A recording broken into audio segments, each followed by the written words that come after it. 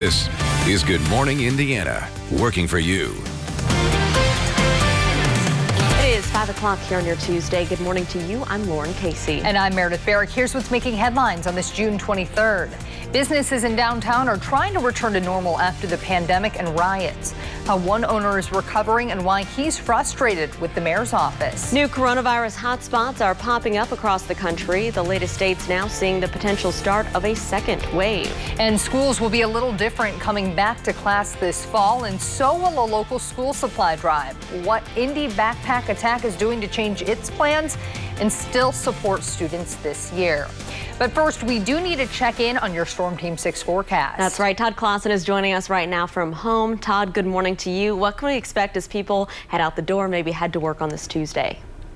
Yeah, some people still seeing a few showers. A lot of us had some heavier rainfall throughout the overnight hours. I know I slept right through it, and many of you may have as well. But there's definitely some puddles out there across the area, so be aware of that as you take to the roadways. And as far as what's left of the rainfall, you see on Storm Team 6 radar right now, and it's mainly to the south and east of Indianapolis. The heaviest of the rain net is down towards Seymour still. It's now south of Bedford, although Bedford still seeing some light showers, as is Lake Monroe as you work your way into southern Monroe County.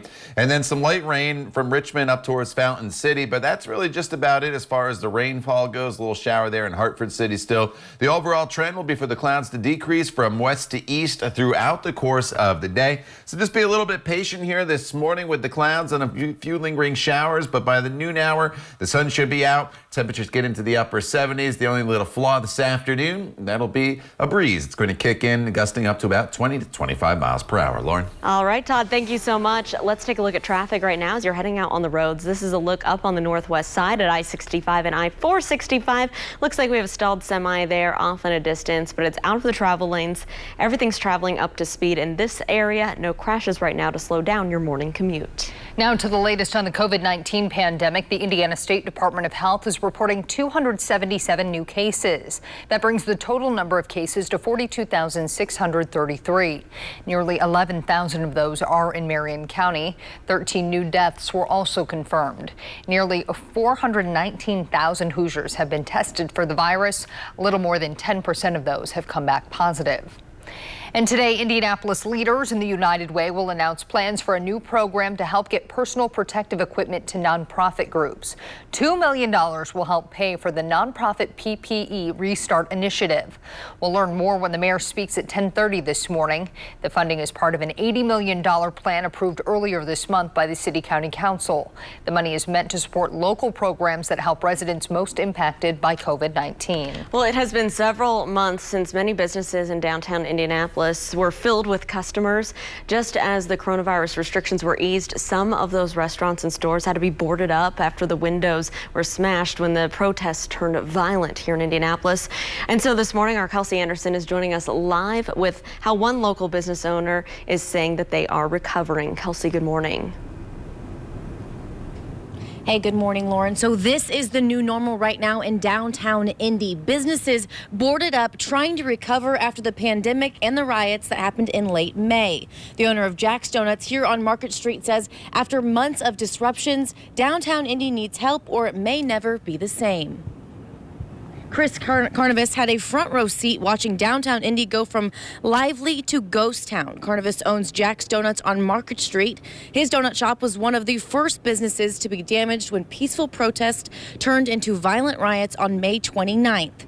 He says businesses downtown is slowly increasing, but he believes the economic damage is already done. He has reopened his store, but says he plans to keep the boards up until city leaders address the concerns of protesters. He says business owners would like to have a word too. The mayor, we haven't heard from the mayor. The mayor's been in hiding since this all happened. His job is to make sure that the city is a safe, secure place.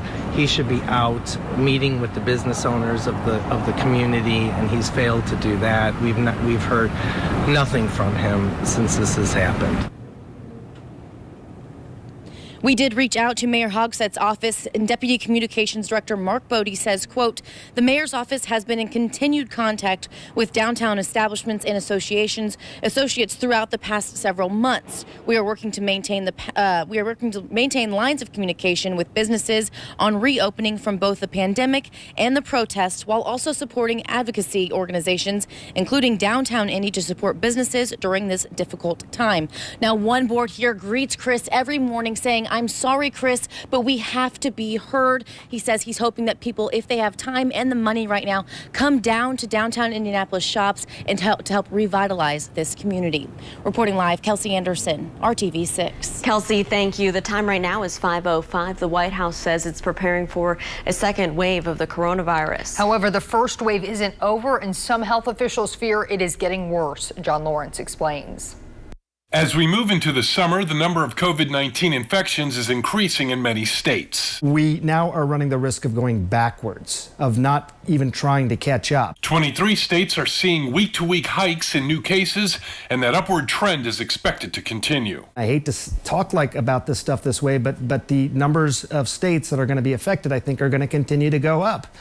Because this virus is spreading. The new hot spots are in the South and West, including Arizona, where President Trump is scheduled to appear on Tuesday. Our hospital beds have about 17% left in capacity. We are in a crisis situation. In some areas, the pandemic appears to have shifted toward younger Americans. We know that younger people are less likely to get very sick and less likely to die from the virus. But the issue is that the more the virus spreads, those younger people have parents, they have grandparents, and they're going to go spend time with people. Nationally, new confirmed cases rose above 30,000 for 2 straight days this weekend. That's the highest since May 1st, while 10 states saw their highest 7-day average of new infections, including Florida, Georgia, and California. Wear your masks. Practice physical distancing. Continue the hygiene that is so foundational in terms of mitigating the spread of this virus. I'm John Lawrence reporting. As many Indiana schools figure out what next school year will look like, the state is offering funding to improve e-learning. Governor Eric Holcomb announcing that schools and higher education institutes can apply for help in a new grant. The $61.6 million grant is being provided through the Federal CARES Act. The money will make more digital learning devices available. Internet access and connectivity issues will be addressed, and more on teacher development. The deadline to apply for this funding is Friday, July 17th. Like many services and organizations, one here in Indy that helps provide school supplies for children was impacted by the pandemic. Indy Backpack Attack typically starts gathering school supplies now to be able to provide it to kids at the start of the school year. But with COVID-19, they'll be changing up the way they help the community. Our Alyssa Donovan explains. Every year, Indy Backpack Attack asks for donations of backpacks, notebooks, colored pencils, you name it. But this year, they're doing things a little bit differently. Around 30,000 kids benefit from the collection of supplies by Indy Backpack Attack each year. With COVID-19, we're afraid that with all the touches on the supplies, everybody, you go shopping, you put it in a bin, somebody else gets it. To eliminate the issue of supplies trading hands over and over again in the donation process, Indy Backpack Attack is asking for all monetary donations this year so that they can buy supplies in bulk. Then we can ship it straight to the schools with very limited actual touching of the supplies. We had to make those adaptations to make sure that we can protect the volunteers, we can protect the students, and we can protect the faculty at the school as well. They'll also be cutting back the amount of volunteers. That way there won't be as many people working in the warehouse. Purchasing those in bulk, we'll know what we're getting in, so we don't have to actually count anything and sort it on the way in. We know exactly what we have, and we know the distribution plan. The goal is to raise $300,000 with the hope of raising the first $75,000 this Wednesday. They want to collect monetary donations by July 24th so that there's plenty of time to put in bulk orders for supplies and ship them to the schools before the school year starts, even though right now it's unclear if kids will even be back in the classroom. With the uncertainty on when they're actually going to start right now, it's just going to have to work. The virtual kickoff event for the 2020 school supply drive is this Wednesday at 8 a.m. For details on how to participate or donate, you can visit theindychannel.com. I'm Alyssa Donovan, RTV6. Alyssa, thank you. An independent committee will study IMPD's response to the protests over the death of George Floyd and racial injustice. Mayor Joe Hogsett announced that the group will review if and how officers followed current policies and recommend changes. The committee will be made up of 3 people and is independent from the city of Indianapolis. The results are expected by the end of the year. Last week, the ACLU filed a lawsuit against the city over IMPD's use of tear gas and other chemical agents during the protests. To learn more about the committee members and their credentials, you can go to theindychannel.com and click on that story. A crisis of violence continues in Indianapolis. Now local faith leaders are working together to help fight the problem. The meeting came after at least 2 homicides and several other shootings over the weekend. Community groups and churches already lead countless programs and initiatives to help curb violence. Pastor Terry Webster Sr. says the group is trying to figure out what else they can do. We're at a crisis. It's a crisis, and no amount of legislation by itself can fix it. It's going to take all of us. The group also plans to share recommendations for city leaders. Here at 5:11, meteorologist Todd Clausen standing by with a check at our Tuesday forecast. And it's going to turn into a decent day here, Meredith, across the area. We're still dealing with a few scattered showers this morning across parts of central Indiana, but they are finally on their way out. In fact, over the next couple hours, I think basically the rain will come to an end and we'll just be left with mostly cloudy skies to start off your Tuesday. So it's a little dreary as we get going with temperatures in the 60s this morning. But as the day progresses, things will start to get a lot better, and they should happen actually pretty quickly here this morning. Here's what's left of the rain. You notice the showers to the east near Richmond, some heavier rain still near Seymour, but back off to the west, you notice the clouds already starting to break apart, and that trend will continue throughout the course of the day. So we'll get more sunshine in as the day goes on. The temperatures get into the upper 70s to low 80s, so it's a very comfortable air mass that is starting to make its way into the area. You'll notice a little bit of a breeze this afternoon, but all in all, it's a decent Tuesday for us. We'll talk more about the rest of the week for you coming up in just a couple minutes. Todd, thank you. In Kentucky, voters will head to the polls for primary elections, but there won't be many in-person locations to go to.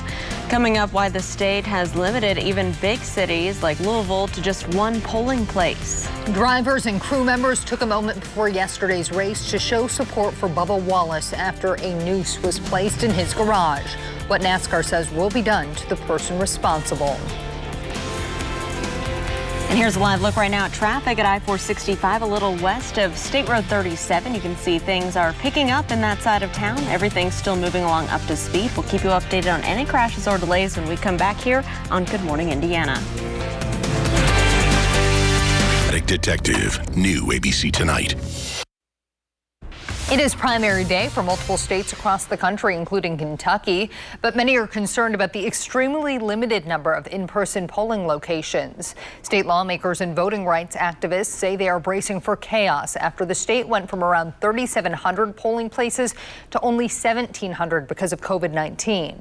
In Louisville, there is only one designated polling place for the 600,000-person city. Democrats across the country say it could result in hours-long lines and potentially disenfranchise black voters. New York and Virginia are also holding primary elections today. 2 more Trump staff members have tested positive for COVID-19 after attending the president's rally in Tulsa, Oklahoma on Saturday. In a statement, the campaign says that the infected staff members wore masks at the rally. Their results mean that a total of 8 people on Trump's team have tested positive in relation to this campaign stop. The first 6 were diagnosed before the event, and so they did not attend the rally. 2 of them include members of the Secret Service team. As for supporters in the stands, they had to agree to not sue Trump's campaign if they contracted the virus. Trump is scheduled to hold another rally in Yuma, Arizona today. Carnival Cruise Line says it is canceling all cruises through the end of September. The decision comes as the industry voluntarily extended their suspension of U.S. cruises until September 15th. Carnival says they are monitoring other areas of travel and will, quote, take all the necessary steps to ensure the health and safety of guests, crews, and communities. For anyone whose trips are now canceled, they can choose either a full refund or credit toward a future trip.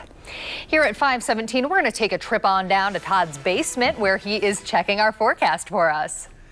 Yeah, and as you work your way throughout the course of the day today, Meredith, it will be improving as the day goes on. That is the good news. So the worst part of the day, at least weather-wise, is what's happening right now, and that's with the clouds and a few remaining showers across parts of the area and a couple heavy downpours as well. Some light showers here off towards the east in the Muncie area, up towards Winchester as well as you work your way into Randolph County. And then some heavier rainfall. We're still making its way through the Seymour area. And you notice a few lightning strikes just north of Seymour as well, right along I-65 there. So that's where the heaviest of the rain is. But the overall trend is for the rain to move out. The cold front is working its way through the area right now.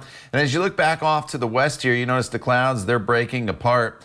And so that's going to be the trend this morning all across central Indiana. You got to be a little bit patient. Some of you going to get into the sunshine a little bit quicker this morning than others, but eventually we all get there later on this afternoon. Here we are at 2 o'clock, and you can see basically at this point partly cloudy skies. The wind will kick up a little bit throughout the day today. You'll notice that gusts to maybe 20, 25 miles per hour, but it's nothing that's going to be terrible or cause any damage, but more of an inconvenience than anything. But with the sunshine and the new air mass that's working its way in all, it turns into a very decent day after a little bit of a sluggish start. Everybody's in the 60s here this morning. 68 in Bloomington, 69 is the current temperature in Bedford. Richmond at 66 degrees. Cool spot Crawfordsville at 63 as we work our way throughout the day today. With the clouds in place this morning, temperature is really not going to do a whole lot. We're going to hover right around that 70-degree mark. And then eventually as we get into the afternoon, high temperatures will be right around 77 to 78 degrees. A very comfortable day for us. Tomorrow's another great day. We'll have temperatures in the mid to upper 70s. The humidity still remains low. Skies will be partly cloudy. There's just a very small chance of a quick passing shower in the forecast tomorrow. Wouldn't really worry about it. And then Thursday is probably the best weather day of the week. Sunny skies, 83 degrees. Very comfortable in the morning as well, with temperatures hovering right around 60. And then once we get to Friday, Saturday, Sunday, and even into Monday, things become a little more unsettled across the area. As the temperatures come up, the humidity comes up, we'll start to deal with scattered showers and thunderstorms. As of right now, though, it does not look like we are dealing with any all-day rains, so you can keep those outdoor plans if you have them for the weekend. Just know that there will be a few thunderstorms possible, Lauren, from time to time. All right, Todd, thanks so much. Let's take a look right now at your commute as you're heading out there. This is I-69 near 96th Street. Good morning to you. In the Fishers area, traffic is already picking up this morning, but you can see it's still traveling up to speed both northbound and southbound on the interstate. We'll continue to keep our eyes on your roads throughout the morning. We'll let you know if there are any crashes or delays you need to avoid. The trial for the man accused of killing 17 people at a Florida high school in 2018 has been delayed indefinitely. A status hearing for Nicholas Cruz was held via Zoom yesterday. He was not there. The judge allowing the defense to delay the trial due to the coronavirus outbreak.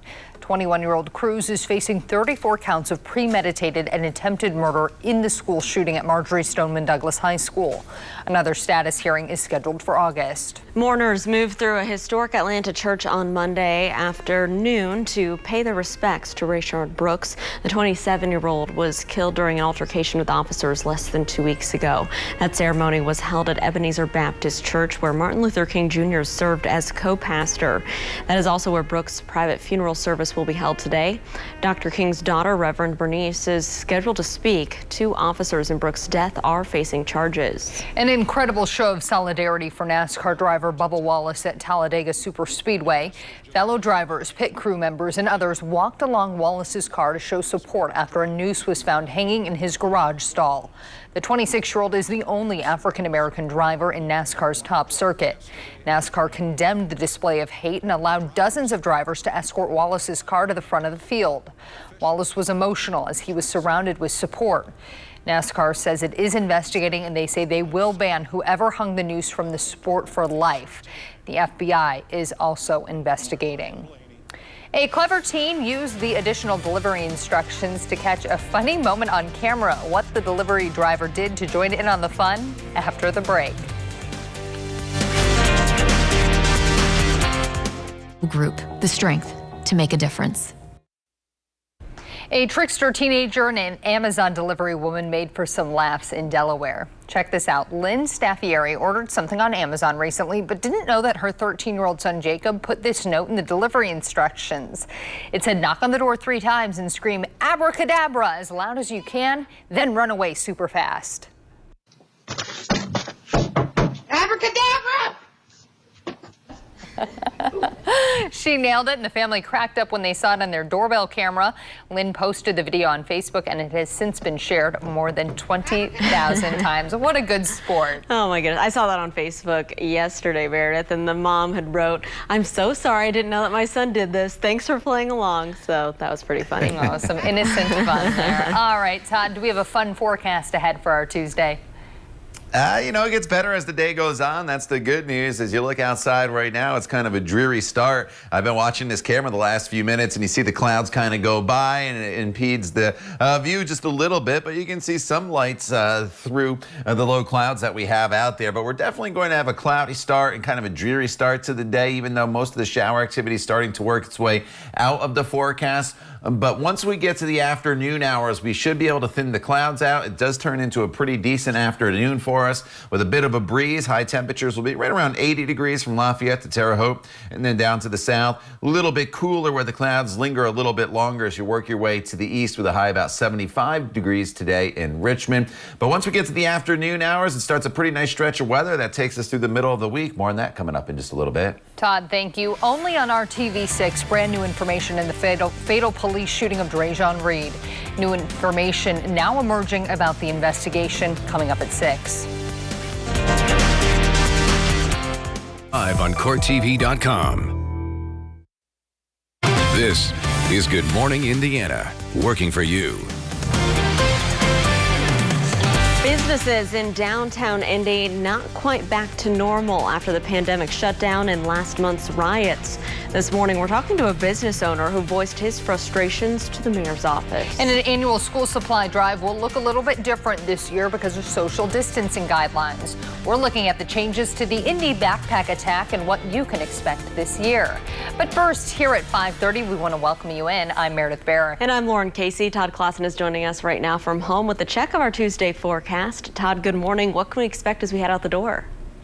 It's kind of damp and dreary this morning, ladies, and we had some heavier rainfall throughout the overnight hours. The good news is that is moving out, and we're going to eventually replace it with some sunshine, but you have to be pretty patient here this morning for that to happen. A live look at Storm Team 6 radar with the satellite picture on it as well, and you can see the rain that is still falling across the area. Some of the heaviest of the rain the past hour or two has been to the south in Bedford as well as Seymour. Some of that heavier rain now spreading over towards the north of Vernon area, and then as we slide up to the north, a few lingering showers in Fountain City as well as Richmond, and that is just about it. Some showers up towards Portland, but they are moving out. You look back off to the west and you notice the clouds break apart, and that should happen fairly quickly this morning across central Indiana. Temperature-wise, we're in great shape today. We're in the 60s right now. Even once we get into the sunshine later on this afternoon, we won't see a huge jump temperature-wise, but it's a very comfortable 77 to 78 degrees for your high by 4 o'clock with the sunshine. So if you're thinking about outdoor workout, probably today it's a little better this afternoon because it'll be brighter, it'll be drier, but still very comfortable with lower humidity levels, and those highs again right around 80 degrees. Lauren? All right, Todd, thanks so much. Let's take a look at traffic as you're heading out on the roads this morning. Taking you first here to the west side of town. This is I-465.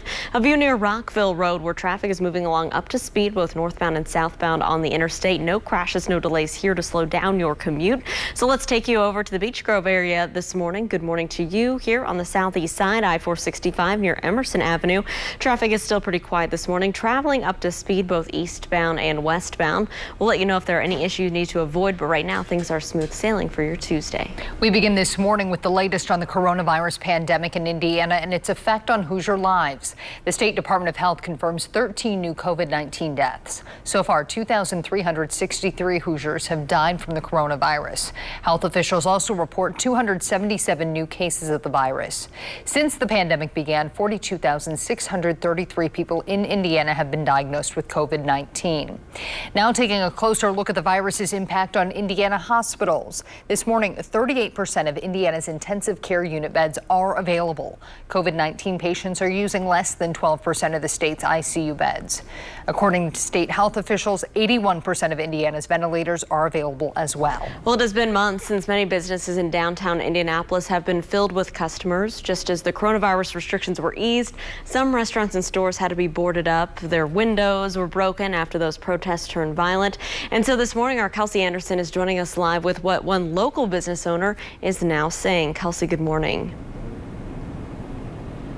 Hey, good morning, Lauren. So this is the new normal. Boarded up windows from downtown Indy businesses. You can see here outside of Jack's Donuts this message saying, "I'm sorry, Chris, but we have to be heard." These boards are expected to stay up for a while in support of these protests and also while they wait to hear from the mayor. Chris Carnival had a front row seat watching downtown Indy go from lively to ghost town. Carnival owns Jack's Donuts on Market Street. His donut shop was one of the first businesses to be damaged when peaceful protests turned into violent riots on May 29th. He has reopened his store but says he plans to keep these boards up until city leaders address the concerns of protesters. He says business owners would like to have a word with him too. He says after months of disruptions, downtown Indy needs help or it may never be the same. We've lost a lot of business downtown. I think when this all shakes down, I think we're going to end up with a lot of empty real estate. We need people to come see our establishments and spend money and revitalize the city.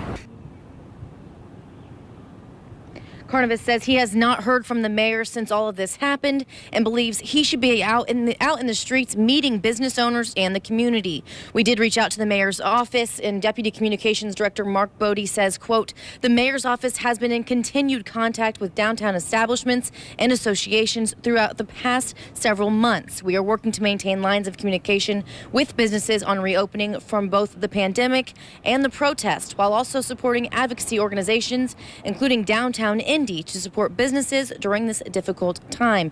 Now, of course, Jack's Donuts is not the only store downtown that looks like this right now, and they're asking anyone who has the time and the extra money right now to come downtown and support these local businesses in hopes of revitalizing the city. Reporting live, Kelsey Anderson, RTV6. Today, a warning on Capitol Hill from the nation's top health experts on the coronavirus. In the U.S., more than 120,000 people have now died from the virus as states reopen. But new records in cases are forcing some state leaders to reconsider guidelines. ABC's Alex Prochet has more from Washington. With more than 2.3 million cases and 120,000 deaths, the nation's top health experts are warning our coronavirus pandemic could get much worse. Dr. Anthony Fauci and other health experts will testify before the House today. Their prepared remarks posted online stating COVID-19 activity will likely continue for some time. And if there is COVID-19 and flu activity at the same time, this could place a tremendous burden on the healthcare system. Utah's dealing with a burden of its own. After partially reopening, a state public health official is warning this new surge in cases could force a complete shutdown. The virus is rising in 23 states and Puerto Rico. 12 states have hit records nobody wanted, their highest levels of coronavirus ever. Texas is one of them. The infection rates have doubled there, so have hospitalizations. We are moving very fast in the wrong direction. The governor's advocating for face coverings. I know that some people feel that wearing a mask is inconvenient or that it is like an infringement of freedom. But I also know that wearing a mask will help us to keep Texas open. Florida's also on that list. The state has had more than 100,000 cases. Everyone will have to be wearing masks in public. This is a real trajectory. There is a real consequence to not following rules. Now more than a dozen mayors there are making masks mandatory. Arizona's also reporting record high hospitalization rates. President Trump is scheduled to hold a campaign rally at a private church in Phoenix later today. The mayor there says that rally is not sanctioned or permitted by the city of Phoenix and called on the president to follow the city's policy and wear a mask. Organizers are expecting about 3,000 people to attend that Trump rally in Phoenix today. They'll be asked, but not required, to wear masks. Alex Prochet, ABC News, Washington. Covering education this morning, on Thursday, Indianapolis Public Schools will hold a community conversation on race.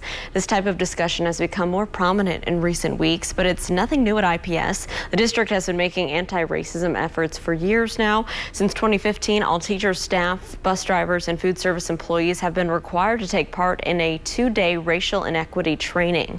More than 70% of the students in the district are black and brown. Dr. Patricia Payne, the IPS Racial Equity Office Director, says addressing racial disparities is a top priority. We help teachers start examining their belief systems, and we aren't just talking about white teachers either. We're talking about all teachers, because racism can be internalized by black and brown people. If their student's skin color is black or brown, automatically, in way too many cases, your expectations sink to the ground. The district hopes to involve students in this training starting in this fall. If you're interested in taking part in Thursday's town hall, just go to myips.org to register. Indy Backpack Attack typically starts gathering school supplies now to be able to provide it to kids at the start of the school year. But with COVID-19, they'll be changing up the way they help the community. Our Alyssa Donovan explains. Every year, Indy Backpack Attack asks for donations of backpacks, notebooks, colored pencils, you name it. But this year, they're doing things a little bit differently. Typically, Indy Backpack Attack would be passing out boxes to collect school supplies donations right now. But instead, they're asking for monetary donations only this year.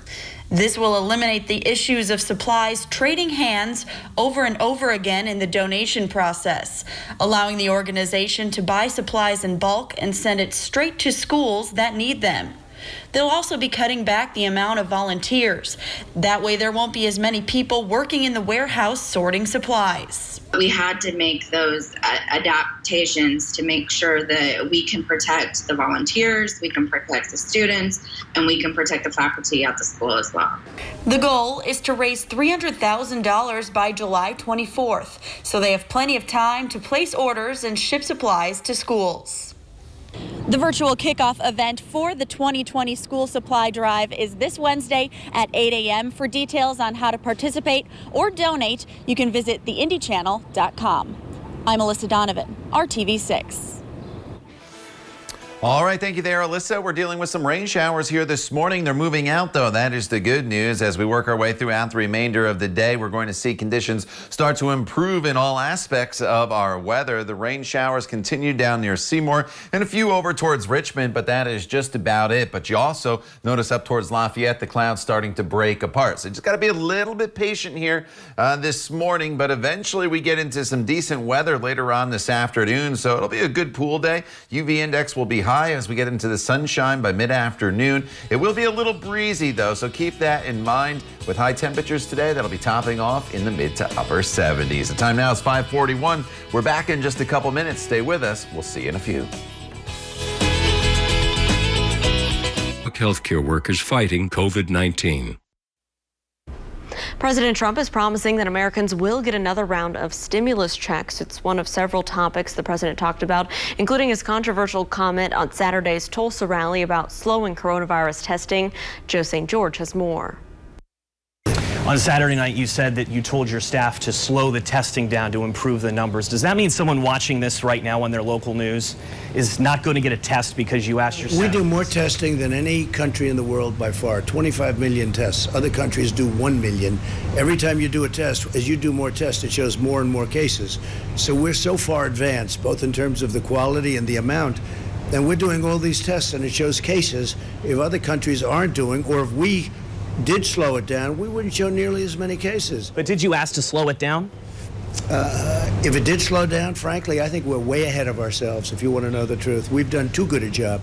I have a lot of viewers in Florida, Ohio, Wisconsin, Michigan, who are still struggling economically, sir. They spent all of that first stimulus check. Are you going to get them a second stimulus check? Yeah, we are. Look, we had this When are you going to get it? We had this going better than anybody's ever seen before. We had the best job numbers, the best economics, the best economy we've ever had. And then we had the virus come in from China, and now we're rebuilding it again. We will be doing another stimulus package. It'll be very good. It'll be very generous. And how much? How much? How much? People want to know. You'll find out about it.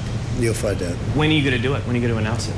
I think over the next, I think it's going to be bipartisan. I think it's going to be over the next couple of weeks, probably. This morning you tweeted about how mail-in ballots will be fraudulent. Any specific evidence? Where is the specific evidence that there are thousands of cases all over? Thousands. I don't like the system. An example. All over the country you have thousands of cases. A friend of mine gets a ballot. His son unfortunately passed away 7 years ago. He gets a ballot for his son to vote. That's one case, but there are thousands and thousands of cases. Today, President Trump heads to Phoenix for another campaign event, this time to address the younger generation. He'll be speaking at a Students for Trump meeting at Dream City Church. Addressing coronavirus concerns, the church's pastor and CFO said they have added an air purification system that kills 99.9% of COVID-19 within 10 minutes.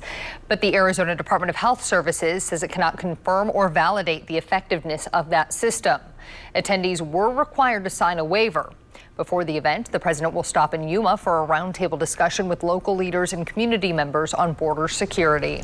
New York, Virginia, and Kentucky are all holding primaries today, but even with an increased effort for mail-in voting, there's still some concerns for long lines. In Louisville, there is only one designated polling place for the 600,000-person city.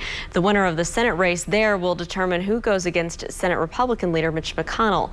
New York State will see 40% less polling sites as many cities consolidated them. Officials hope it won't affect voter turnout. Protesters clashed with police in Washington's Lafayette Square Park Monday night, attempting to topple a statue of former President Andrew Jackson. Police in riot gear moved in, dispersing the crowd. The president responded to the clashes on Twitter, saying in part, quote, numerous people arrested in D.C. for the disgraceful vandalism in Lafayette Park of the magnificent statue of Andrew Jackson. 10 years in prison under the Veterans Memorial Preservation Act. Beware. Earlier this month, peaceful protesters were violently cleared from the same area so President Trump could walk to a nearby church for a photo opportunity. Here at 5:48, meteorologist Todd Klassen is standing by. Todd, what can we expect as we head into our Tuesday morning? You know, a little bit of everything in the forecast here this morning and then into the afternoon hours. The afternoon hours definitely going to be brighter when we get the sunshine back. But this morning we're dealing with a few lingering thunderstorms, some rain across parts of the area. It's still kind of muggy out there right now, but things will be improving as the day goes on. Let's tackle the rain first. You notice it's moving out of the Richmond area. So a few lingering showers up towards Winchester and then down to the south. Some showers near Seymour as well as the Bedford area. But this is the back edge of the rainfall that'll be moving through. So the good news is we're basically done with the rain. I can't rule out maybe a spot sprinkle when the actual front makes its way through the area, probably around mid-morning, but it would be very brief and very light. Nothing like what we went through during the overnight hours with some of that heavier rainfall. And you do notice the clouds breaking apart already across northern Indiana and then back across parts of Illinois. So throughout the course of the day today, we will see the sunshine. It's got to be a little bit patient here this morning for it to happen. But I do think it turns into a pretty decent afternoon for us. Temperatures will be a little bit cooler than they have been. We're talking about highs in the mid to upper 70s with lower humidity levels as well. And there will be a bit of a breeze that is going to kick in. But overall, again, it's going to be pretty nice once we get to the afternoon hours as we flip the air masses from that warm and muggy air mass we've been in to more of a comfortable air mass for the next couple days. We're in the 60s right now, temperature-wise, except for Connorsville, still sitting at 70 degrees. Dew point temperatures will be dropping throughout the day today. What that means for you is it becomes more comfortable. We're in the mid-60s. That's a little muggy. Once we're in the mid-50s, that is terrific, and that's where we end up later on this evening. So throughout the day, here's how it breaks down for you hour by hour, becoming partly cloudy throughout the afternoon hours. Temperatures this morning will hold pretty steady with the clouds in place, and then they'll make that jump into the mid-70s later on this afternoon. This evening, a bit of a breeze, but otherwise temperatures in the 70s should be beautiful. Sunset this evening is at 9:17, and then for the day tomorrow, we're looking at mostly sunny skies. High temperatures right around 77 to 78 degrees. There's a very small chance of maybe a stray shower popping up tomorrow afternoon, but most of us shouldn't see it. If you do, it'll be very, very light. Thursday is terrific. It's the best day of the week weather-wise, 83 with sunshine. Then once we get to Friday and into the weekend, Lauren, it becomes a little more unsettled with storms storm chances and temperatures coming back into the upper 80s. All right, Todd, thank you so much. Let's take a look right now at traffic as you're heading out there on the roads. This is I-65, just a little south of 38th Street on the northwest side of town. Traffic in this area is moving along up to speed, and that is great news if you're heading to work early this morning.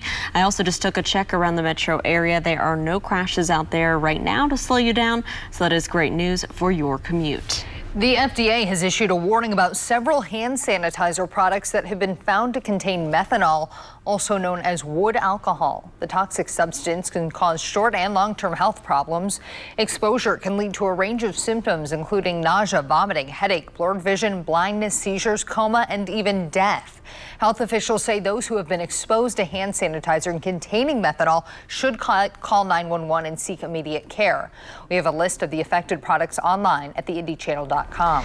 The company that makes the antiviral drug remdesivir is about to test an inhaled version of this medication as a potential COVID-19 treatment. Remdesivir is the only drug right now that has emergency use FDA approval to treat the COVID-19 infections.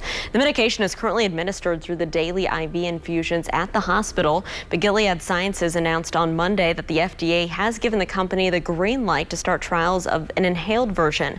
Healthy volunteers will be screened for phase 1 trials this week, and studies in patients with COVID-19 will likely begin in August. If you never got your hands on the wildly popular Hamilton Broadway tickets, now's your chance to have a front row seat. Walt Disney Studios has released the trailer for the film version of the show. It's set to premiere on Disney Plus on July 3rd. The minute-long trailer shows a montage of scenes set up to a mashup of the show's opening number, Alexander Hamilton, and Satisfied. In the lead role, Lin-Manuel Miranda, who is also the creator of the Pulitzer Prize-winning musical. The movie's theatrical release was set initially for October of 2021, but the studio opted to release the film early on its subscription streaming service amid the coronavirus pandemic. Well, want to attract a date? Keep your cat out of your dating profile. Coming up, the details of a new study that's catastrophic for cat-loving men. It's 5:52. We'll be right back.